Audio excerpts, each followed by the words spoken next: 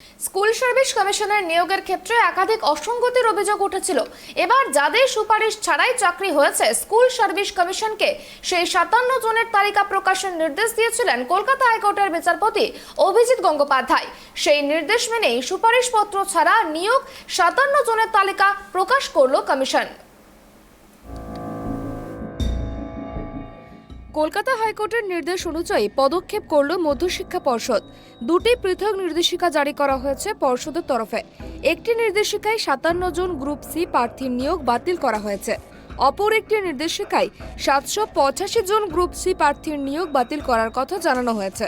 সব মিলিয়ে 842 জনের নিয়োগ বাতিলের কথা নির্দেশিকার আকারে প্রকাশ করে জানালো মধ্যশিক্ষা পর্ষদ। উল্লেখ্য, সাবিনা ইয়াসমিনের করা একটি মামলায় কলকাতা হাইকোর্টের বিচারপতি অভিজিৎ গঙ্গোপাধ্যায়ের একক বেঞ্চের নির্দেশ অনুযায়ী 882 জন গ্রুপ সি প্রার্থীর চাকরি বাতিলের কথা বলা হয়েছিল। বিচারপতি গঙ্গোপাধ্যায় বলেছিলেন, 57 জন যারা সুপারিশ না পেয়ে চাকরি করছেন তাদের চাকরি বাতিল করবে আদালত, আর 758 জনের সুপারিশ প্রত্যাহার করবে কমিশন। সেই মতো দুটি বিজ্ঞপ্তি প্রকাশ করে 842 জনের নিয়োগপত্র বাতিল করল পর্ষদ। বিজ্ঞপ্তির সঙ্গে ওই 57 জন এবং 758 জনের নামের তালিকাও প্রকাশ করেছে পর্ষদ। তালিকায় সংশ্লিষ্ট প্রার্থীর নাম, রোল নাম্বার, কোন পদে চাকরি এবং জেলা ও স্কুলের নাম ধরে ধরে জানানো হয়েছে।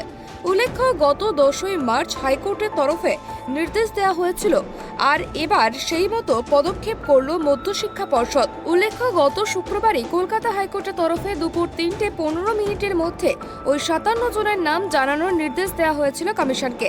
সেই মতো সঙ্গে সঙ্গে ব্যবস্থাও নিয়েছিল কমিশন। হাইকোর্টের নির্দেশের 2 ঘন্টার মধ্যেই তালিকা প্রকাশ করে কমিশন। 785 জনের নামের তালিকা প্রকাশ করা হয়।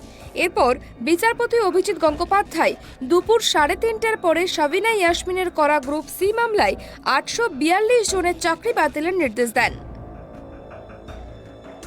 Bureau report, tribe TV.